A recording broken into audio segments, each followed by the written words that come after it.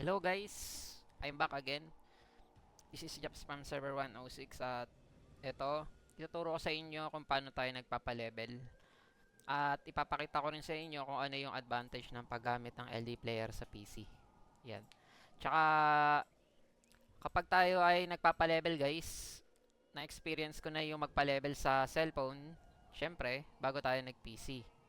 Pero pagdating sa ganitong sistema, ibibigay ko sa inyo or ituturo ko sa inyo yung pinaka best way na pagpapa-level. Ayan. Bali yung pinaka the best para sa akin na pagpapa-level ay yung sa PC. Tsaka yung pagpapa-level naman sa cellphone ay okay din naman but iba talaga yung sa PC guys. Kasi meron tayong ginagawa sa PC na magpapadali sa atin or magpapa-boost ng ating pa-level. So sana may matutunan kayo dito sa ating magiging strategy. Yan. Bali ang may makino-consider lang tayo guys na kailangan nyo bago kayo magpa-level. O ito yung alam ng lahat na nagpapa-boost ng pa-level, yun yung Devil Square. Yan. So may ilang minuto na lang, 3 minutes, so magde-Devil Square na tayo. Pero ipapaliwanag ko muna sa inyo kung ano yung mga kailangan. Ayan. Number 1, kailangan nyo ng buffer. Yan, number 1. Kahit anong klaseng buffer, okay basta may magbabuff sa inyo na energy elf. Kasi ito yung isa sa mga best way para ma-boost yung inyong damage. Okay? Number 2, kailangan nyo ng double attack speed na weapon. Hanggat maaari, huwag kayo gagamit ng shield or yung mga damage reduction para ma-maximize yung inyong attack speed. Number 3, kailangan yung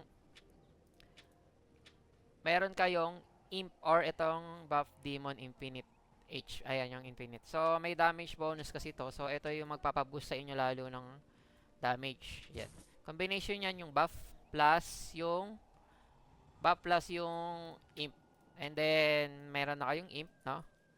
Sabay, pagka na-set up nyo na yan, ang next na ang ituturo ko sa inyo is yung about naman dito sa operation recorder.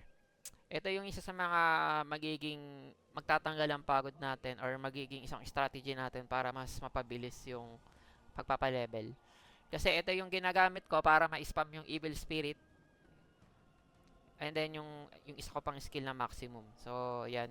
Pagdating sa skill, yung iba nagtatanong, Thunder, Gigantic Storm ang ginagamit nila. Bakit ako Evil Spirit? Kasi ang Evil Spirit ang pinaka the best para sa akin. Pero kayo kung ano man yung class nyo, wala nang problema doon. 'Di ba? Number 3 yung Imp. Number 4 yung skill. Dapat mataas yung level. Yan, okay? So, ang akin is Evil Spirit. So, ito yung ginagamit ko pang pa-level. Number 5, ang kailangan nyo is... wait lang. Kailangan nyo ng spot kung saan mas mataas yung experience sa Devil Square. Ako guys, nagpapa-level tayo lagi mag-isa. So, pwede naman kayong may kasama, wala naman problema doon. Pero sa atin kasi as Magic Gladiator, mas pinipili ko mag-isa kasi mas mataas talaga yung XP. So, ayan na, start na yung Devil Square, no? Nagpapabuff na ako. Ayan, with blessing. Yung blessing yun yung nagbo-boost din ng damage sa akin. So, skill ng buffer yun guys para ma-maximize yung damage ko. So, nakita nyo yung damage ko tumaas pa lalo, no?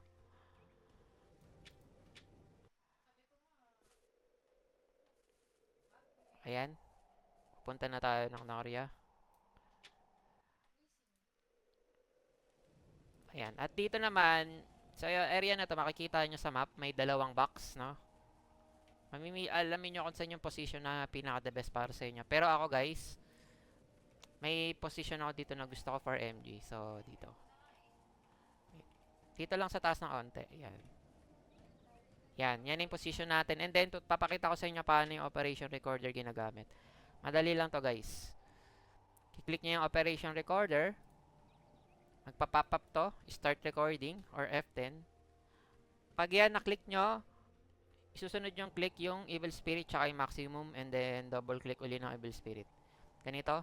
Start recording, double click ng evil spirit or triple click ang click ng maximum, click ulit ng evil spirit, sabay end recording yan. So, ito lumabas na. May script number 8, lagay mo rito evil spirit, no? So, So, dapat bago ka pumasok dito, nagawa mo na to. Or pwede naman gawin mo. And then, pagka nagawa nyo na yan, nalagay nyo na ng name, meron dito sa script settings, click nyo lang to. Then, yung nakikita nyo, naka-highlight dito yung loop, no? So, ilalagay nyo lang dito sa run until manually stop. Para hindi siya mag-stop once na i-save settings muna natin. Yung kailangan pala guys, yung speed is times 5. Yan, times 5 nyo. Then, run until manually stop, save settings, no? And then, ilagay lang natin ito sa gilid. Ang gagawin nito guys, bakit ko yung speed, ibig sabihin, mas mabilis niya pang pipindutin yon.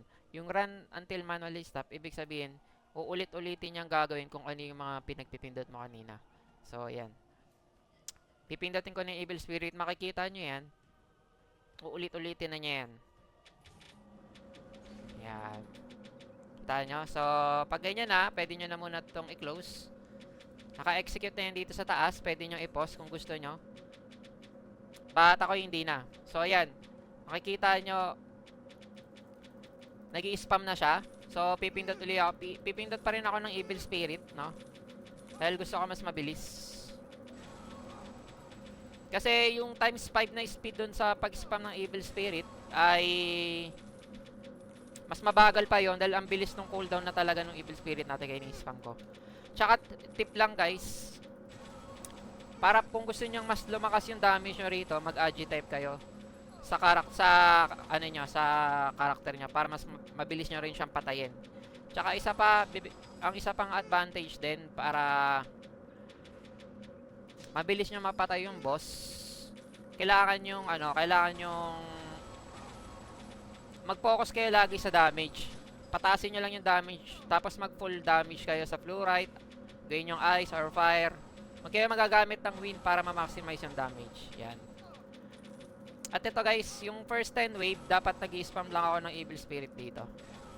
So kung yung sa mga ibang class, pwede nyo rin itong gawin base sa strat nyo, kung paano ine-execute. Nakikita nyo naman dito sa taas, ayun, 76 times. Ibig sabihin ilang beses nyo nang inuulit, no? Ayan. Bali, ganito lang. Ang ginagawa ko kapag sobrang dami ng monster sa area, pinipindot ko lang yung Thunder Strike. Pero kapag walang monster, yung ganyan dumidikit lang yung monster, tuloy-tuloy lang yan. Tapos ini-spam ko palalo yung Evil Spirit. Ayan. Dahil yung monster, namamatay na kagad dyan sa, kahit na hindi pa dumidikit, namamatay na sila sa Evil Spirit. Yan yung isa sa mga pinakaiba ng Thunder Strike. Bakit ako hindi gumagamit na ng Thunder Strike.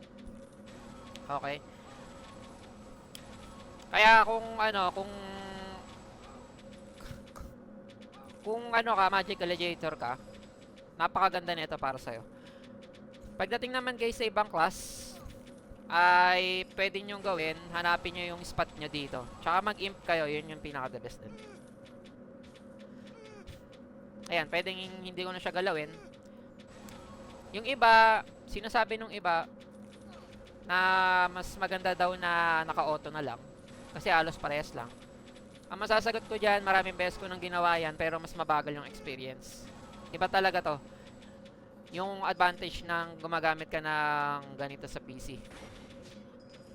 Malaki yung agwat nun sa experience. Siguro kung ako, kinocompute ko kasi, noon kapag nagpapalevel ako, parang sa 6 na ticket, parang mga, sabihin natin, isang ticket, alam mo na, sa isang ticket nakakagawa ako ng 15%. Pero kapag hindi ako naka-auto-click, yung naka-auto lang talaga, ang nangyayari, mga 10 to 12. So, yung 5, sayang yung 5%. So, yun yung parang isa sa mga binibig deal ko, bakit ko ginagawa yung ganitong diskarte. So, napakahalaga na hindi ka lang din syempre pumapasok sa Devil's Care para mag-kill ng monster. So, alamin mo o i-maximize mo yung mga skill na pwede mong gamitin sa pagpapalevel. Yan. Itong strat naman na to guys, natutunan ko to napanood ko to sa Korea server. Kasi sa Korea server guys, yung mga wizard doon, tsaka yung mga magic gladiator na mga high level, Evil Spirit din ang ginagamit. Tsaka bigyan ko kayo ng idea, kapag ka yung damage nyo masyado mahina, mag Thunder Strike na lang muna kayo. Kapag sa Wizard naman, kapag mahina yung damage, mag Blizzard na lang muna kayo. Kaya napakalaga din na sumasabay to sa ano, sa kailangan talaga may buffer ka, plus dapat wag mo kakalimutan mag-imp para talagang sulit na sulit yung experience o yung damage, 'di ba? Ayan. Kumiklik-klik lang din ako. Pwede kayo gumagamit ako ng dalawang tool eh. Pero yung pwede kayo mag-download ng auto clicker pa na mas mapapabilis kasi ito medyo mabagal nga yung pag-click ni LD Player. Sa ibang Android emulator gaya ni Memo Player, kaya niya i-times 20. So pwede kayo doon mag-try. Pwede rin to sa ibang Android emulator. Kaya ako ang ginagawa ko, gumagamit pa ako ng OP clicker yung tawag. Dina-download lang yun sa Windows, libre lang. So, yun. Pwede kayo mag-ganon. Pero ako sa ngayon, ito pinapakita ko sa inyo. Kung ayaw nyo gumamit ng auto-clicker na iba pa, gusto nyo yung built-in sa LD Player, yan. Click-click nyo na lang para mas mapabilis pa yung skill.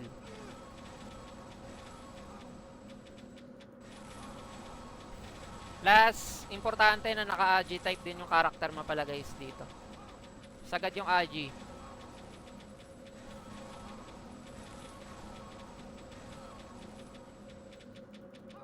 Ayan. Titingnan natin kung anong floor yung maabot natin dito guys. So, yan.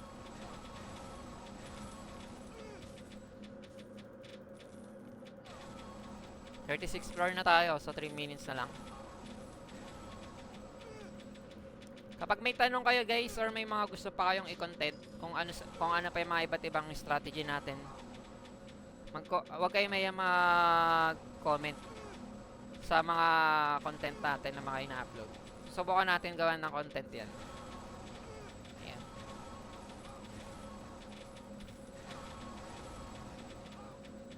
Sobrang ano lang nito, sobrang easy lang nito. Pag dumadami yung monster, kiniklik ko yung Thunder Strike tapos spam Evil Spirit kapag wala ng monster. Ayan.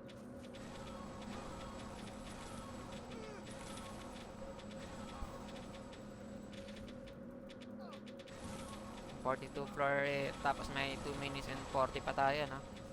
So ano pa, malayo pa yung lalakbayin natin. Ilang wave pa to.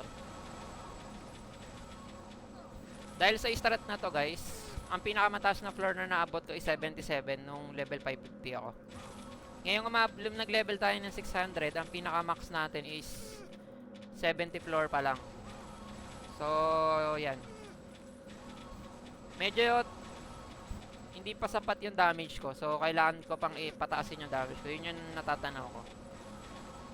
Pagdating naman sa pag-upgrade papataas ng damage, tsaka kailangan ko pa din pabilisin yung attack speed pa. Yan.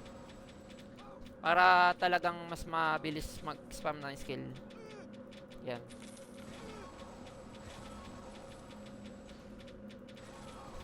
Itong maximum na to guys, 15% damage bonus pala to. Kaya nagki-click din. Nilagay ko sa auto-click.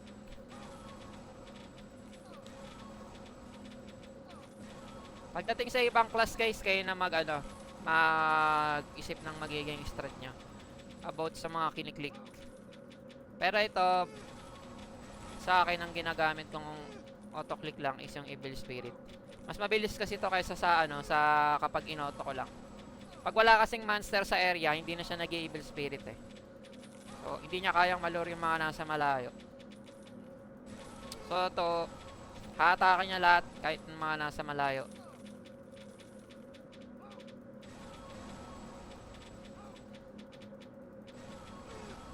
Ayan, 57 Thor.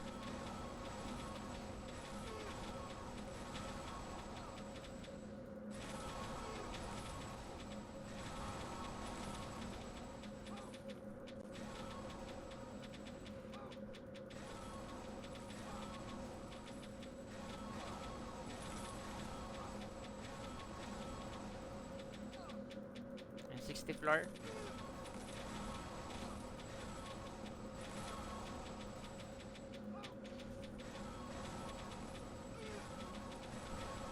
*61 na. 62. 62 floor lang tayo. Ayan, bali ilan napatay nating monster? Ayan, 3,080. 62 floor. So, ako tingin ko not bad na yung 62 floor, pero ang ginagawa kong strat, pagka umabot siya ng mga 68, 69, tsaka ko lang kiniklaim yung 6 times. So, ito okay na muna ako sa normal. Subukan na lang natin yan habulin ulit sa next na Devil Square natin. Kapag nakakuha tayo ng mga 68 to 70 floor, yan, doon natin kiniklaim. Ayan. So, yun lang guys yung aking information about sa ating Devil Square o kung paano tayo nagpapa-level sa Devil Square, no? Gamit yung PC. Yan. Pagtapos na kayo magpa-level guys, yan, i-end nyo na lang to. Ako pinost ko pala kanina and then end nyo na. Yan. Then, yun, ganun lang kadali guys. So, nagpapaalam na ako guys. At kita-kits na lang ulit sa ating next content. At ulitin ko guys, okay, mahiyang bigay ng mga information na gusto nyong gawin nating content. Hit the like and subscribe na rin para mas dumami pa yung ating community. Ayun. See you guys at paalam. Bye-bye!